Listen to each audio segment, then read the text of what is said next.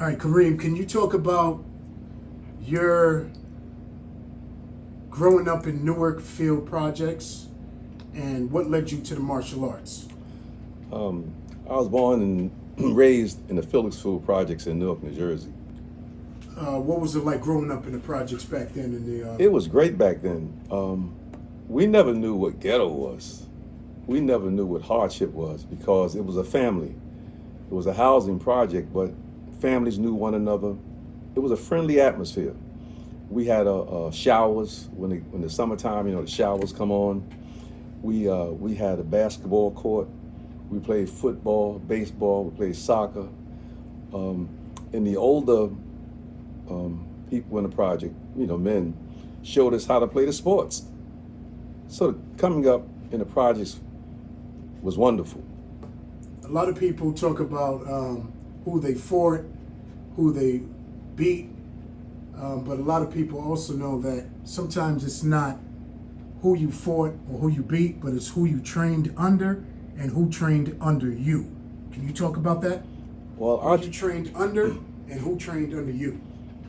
Well, let's go back to the person that trained me, the late James Cheatham, who died in a plane crash in 1966. That was my only teacher. I need no other. He taught me well, and I trained very hard for his name, because I wanted my teacher to be big. So at the age of 17, I said I'm gonna be the first black karate world champion before I was a black belt. And that was in 1963. And it took me up until 1964 when actually he gave me a black belt when I was in Chicago fighting for the elimination of the world championship. I was a brown belt. But while I was sitting on the podium with Prentice Newton and Fidici Massi, he came to me and gave me a black belt. My heart, boom, boom, boom, boom. Because, I was beating black belts, but I never fought in the tournament. Right. So that was my first time I got a black belt. Not even knowing katas, my fighting ability prior to that. That's why he knew I was ready. And in that elimination, I can tell you some of the men that was there. Some of them are gone now, but their names will always be remembered by the people that was under them. Okay. Robert Trias was a 9th degree black belt. He refereed my fights in the eliminations, which I defeated 3 fighters in the eliminations. And the next fight was going to be against the former world champion. His name was Lou Lazat. And actually I defeated Lou Lazat at that particular tournament. And years later, actually it was in the 70s when the KA system was on fire that he wrote me a very astonishing letter. And in that letter, he was talking about how good I was, how strong my techniques was, and the control I had. And in that letter, did I send you a letter?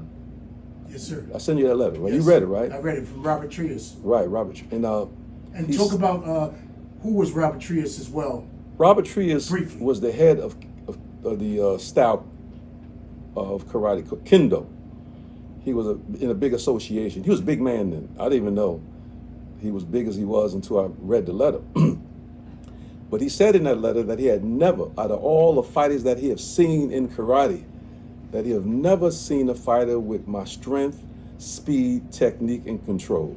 And what about Steve Muhammad? Was Steve Muhammad also a part of the Kenpo under Robert Trias? I'm not sure. I never read the history on Steve.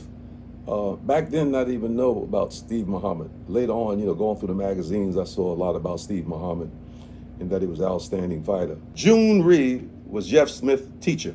Okay, and who were some of the people that you looked up to in the martial arts world, being that you were up and coming, or did you just want to prove your own point and cement your own legacy? I didn't look up to nobody.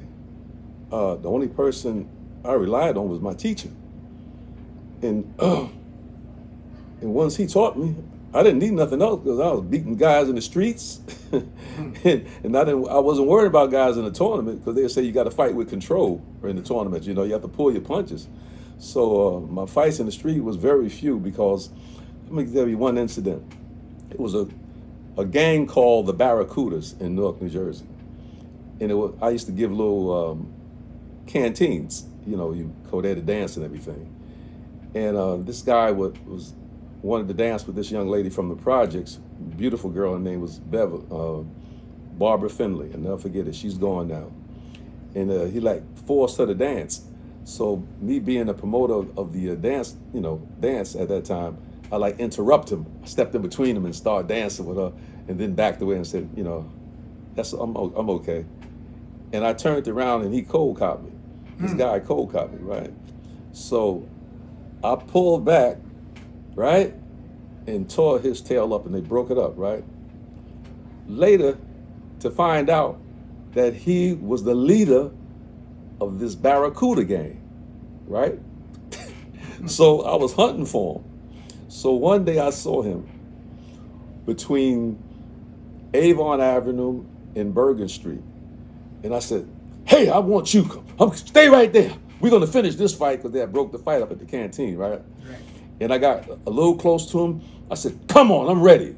He said, no, man, I don't want no more of you. He must have found out about me, because I bust him up, after he cold caught me. And back then, it was called one punch knockout. The guys used to hit a guy one time, and he was out, and I didn't go out, so he didn't want no part of me. And listen to this one. And this is 2024 now. I saw him around 2 years ago. And I said, his name was Larry. I said, Larry, do you remember me? And he was like a little deformed. I think he had a stroke or something like that. And he shook his head. So he remembered me, the leader of a gang. So karate tournaments didn't mean nothing to me. What led you to martial arts and not the gangs back then in the 60s and 70s? Well, I was playing basketball, and a friend of mine named Charles Moore start play fighting with Chancey, right? So we started playing the basketball game to watch them spar. You know how guys smack one another when they play fighting. So after the fight, I thought he was fighting dirty because he threw some kicks. So I went to Charles and said, Charles, why was you sparring dirty, throwing kicks? He said, that wasn't dirty.